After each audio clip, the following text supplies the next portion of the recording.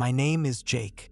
What I'm about to share took place many years ago, and I honestly forgot about it until recently. I was 17 during that summer, working night shifts at a pizza joint on the edge of the small town I grew up in. It wasn't a dream job by any means, but with no money and parents who expected me to stay employed, I couldn't exactly be picky. It was one of those last resort kinds of jobs. Quiet nights, sticky uniforms, and a rusty delivery car that struggled to climb hills. At least it wasn't my own car. That would have been worse. And just as a side note, the pizza was genuinely disgusting. Like truly terrible. I never understood how people kept ordering from there. Still don't. Maybe it was the newer tech we used or the slightly modern vibe the place gave off. Without that, I doubt we would have had a single customer.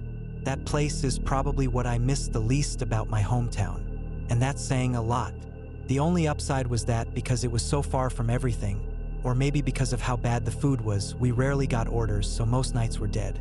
I won't bore you with the everyday details of what those nights looked like. You can probably imagine. One particular night, I was restocking drinks in the fridge when the order tablet buzzed. Large sausage and olive pizza. I remember because olives were super rare on our menu. The address was well outside our normal delivery area, and I was about to reject it like usual. But before I could, my manager, a guy in his 30s named Dave who mostly sat around scrolling forums, told me to take it, reminding me we hadn't had a run-in over an hour. So, once the pizza was boxed, I entered the address in my phone and got ready to go. Just before leaving, I glanced at the printed delivery note Dave had stapled to the box. I hadn't read it earlier. It said, word for word, park behind the house, walk through the backyard, knock only on the rear door. That was weird, but my teenage mind came up with excuses. Maybe someone didn't want to wake a baby or an elderly parent. Maybe their front door was blocked by renovations. I didn't think too hard about it. I just wanted to get the run done. But the second I stepped out into the muggy night, I got uneasy. It was one of those humid evenings where the air feels thick like soup. That gross, plasticky dirt smell you get when it's been hot and still for too long hung heavy in the air. I tried rolling the windows down, lasted 2 minutes, and gave up in favor of blasting the AC. The place I was heading to was in the complete opposite direction of the town center. Our pizzeria was already out of the way, so this delivery felt like driving into complete isolation. The GPS said the drive would take around 25 minutes, but it felt longer. Not because it was remote exactly, but the homes got fewer and farther apart the more I drove. Eventually, I arrived at the address, but from the back. The GPS had led me along a narrow road that ran behind a row of backyards. There were no street lights, no porch lights either, just complete darkness and silhouettes of houses. I slowed to double-check the number. The place looked empty. No lights on inside, no cars out front. The backyard was overgrown and fenced with rotted wood. Still, I followed the instructions. I parked on the gravel shoulder, grabbed the pizza, and made my way up toward the back door with my flashlight aimed at the ground. The door was one of those old ones with a tiny window at the top covered by a dollar store curtain. I knocked and waited. Nothing. Knocked again. Still nothing. Just as I was about to knock a third time, I noticed a small movement behind the curtain. Just a slight twitch, like someone had brushed it. It was so subtle, I might have missed it if I hadn't been staring right at it. I waited, expecting the door to open. But before anything happened, 2 unmarked vehicles pulled up behind my car. At first, I thought I was in trouble for trespassing. One door opened and a man got out. He walked toward me and flashed something. A badge. He was plainclothed, but definitely law enforcement. He told me to go back to my car and wait. That's all. So I did. I sat and watched as more officers appeared, at least 5 total, all with flashlights, all silent. They surrounded the house like they were trying not to alert anyone. None of them knocked. None shouted any warnings. I watched as one officer tried the back door gently. When it didn't open, he nodded to another and stepped back. I was definitely witnessing something I wasn't supposed to see. Eventually, the first officer returned to my window. I rolled it down. He glanced at the pizza box on the seat beside me inside. He explained, without too much detail, that the house was under surveillance and they were in the middle of a quiet operation. He apologized for not stopping me sooner. I offered to show him the order info on our app. He glanced at it. Name was Brian with a number and address. He noted it, then firmly told me to leave. I asked if I should take the pizza back. He just shrugged and said again to go. So I left. I was annoyed, but it wasn't like I could argue. The whole drive back, my brain was trying to piece it all together. The curtain movement, the timing. If the cops hadn't shown up, I might have walked into something dangerous. Maybe the only reason the door never opened was because the person inside saw the officers. Or maybe I was being used as bait. I'll never really know. That memory would have stayed buried if a friend from high school hadn't brought it up during a recent chat. I hadn't even remembered it until then. Maybe it's better if I forget it again. But I figured I'd tell it here before I do.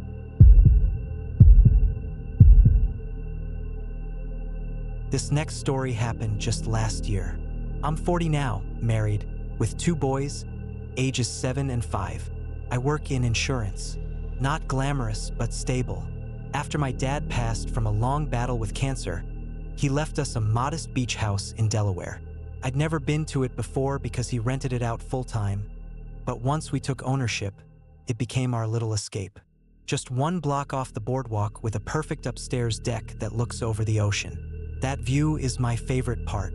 We've made it a tradition to visit every summer. The kids love it. They spend the whole day outside exploring. This story happened during a week we spent there last July. Midweek, the beach quiets down. One Wednesday night, after a full day in the sun, the boys were asleep by 9:30. My wife and I were up on the back deck sipping wine and playing cards. That's when our older son, Liam, came out looking spooked. He said he heard scratching sounds in his room and couldn't sleep. I told my wife to hang on while I checked it out. Figured it was just the usual creaks of an older house. Liam and I went downstairs. He pointed to the wall near his bed and asked me to be quiet. We stood still. First, I heard nothing, but then there it was, faint but real, a soft scratching noise. I knelt and pressed my ear to the wall. It wasn't above us. It was low, down by the baseboards. That's when I heard it breathing, human breathing, deep and slow. I recoiled and let out a quiet curse. And then I heard the scream, a horrible, guttural shriek from inside the wall. My instincts kicked in. I grabbed Liam and sprinted down the hall to grab our younger son, Owen. I didn't wait to explain, just picked him up and ran upstairs. As we hit the stairs, I shouted for my wife. Another scream echoed behind us, this time closer. I turned just in time to see a filthy man sprinting down the hallway toward us.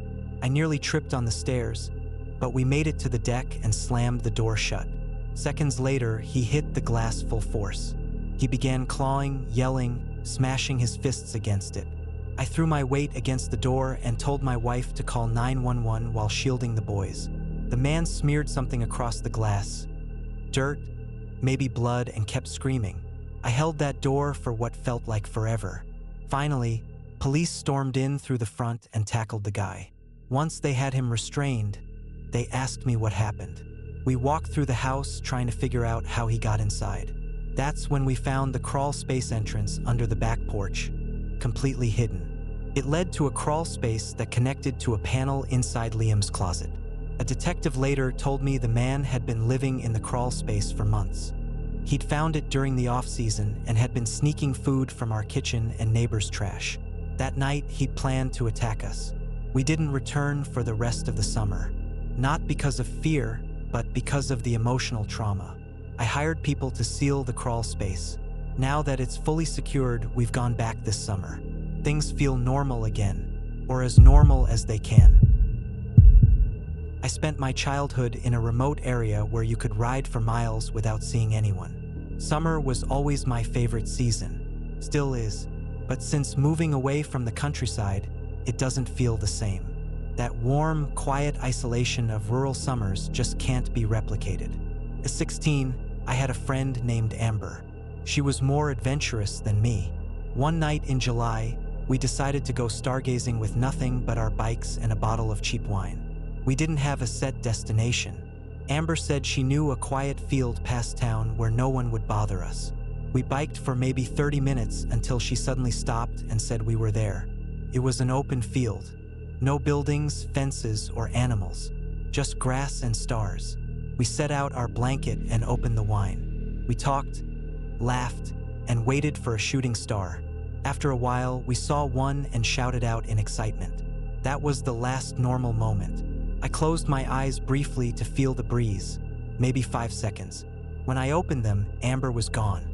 No sound, no trace. Her bike was gone too. I sat up, panicked, called her name, looked around.